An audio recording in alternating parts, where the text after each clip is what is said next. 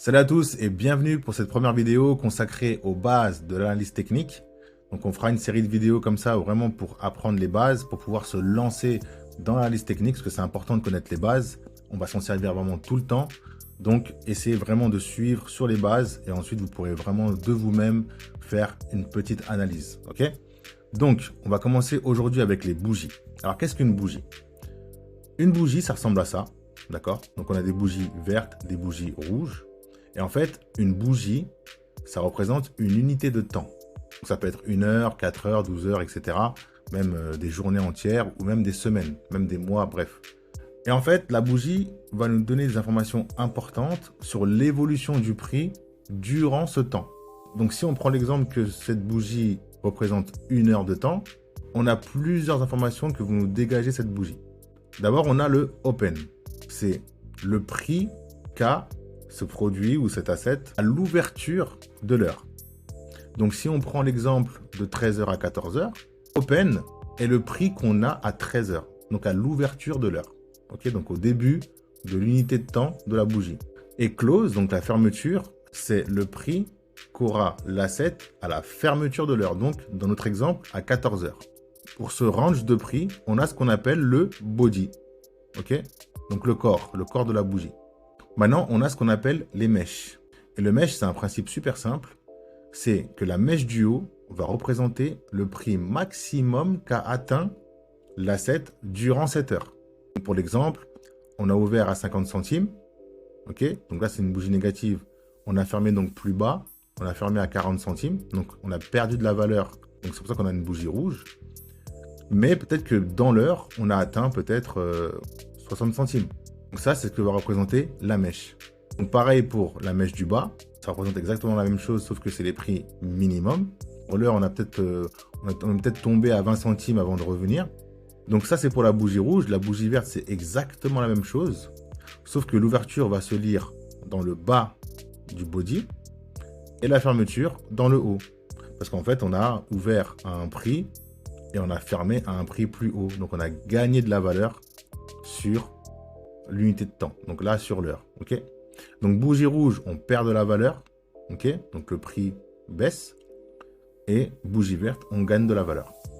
Alors du coup, on passe sur les charts. Je suis sur TradingView là. Ok, donc sur TradingView là, quand vous regardez là-haut, on peut jouer donc avec les time frames. Donc les time frames, c'est quoi en fait? C'est juste les unités de temps qui vont définir la bougie. Donc là, on est en daily, donc ça veut dire que une bougie représente un jour.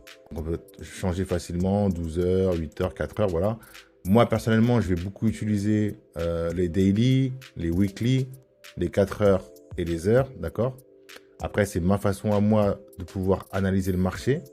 Mais voilà, vous pouvez vraiment jouer avec tous les time frames. Donc là, sur le daily, on va regarder la bougie, je vais zoomer un peu. On va regarder la bougie qu'on a ici, la bougie rouge, donc qui est pour le mardi 18 juillet 2023 sur l'euro USD. Donc, ce qui est super bien avec TradingView, ce qui est super pratique, c'est que vous voyez là-haut, quand vous survolez les bougies avec votre souris, vous avez directement toutes les informations que dégage la bougie.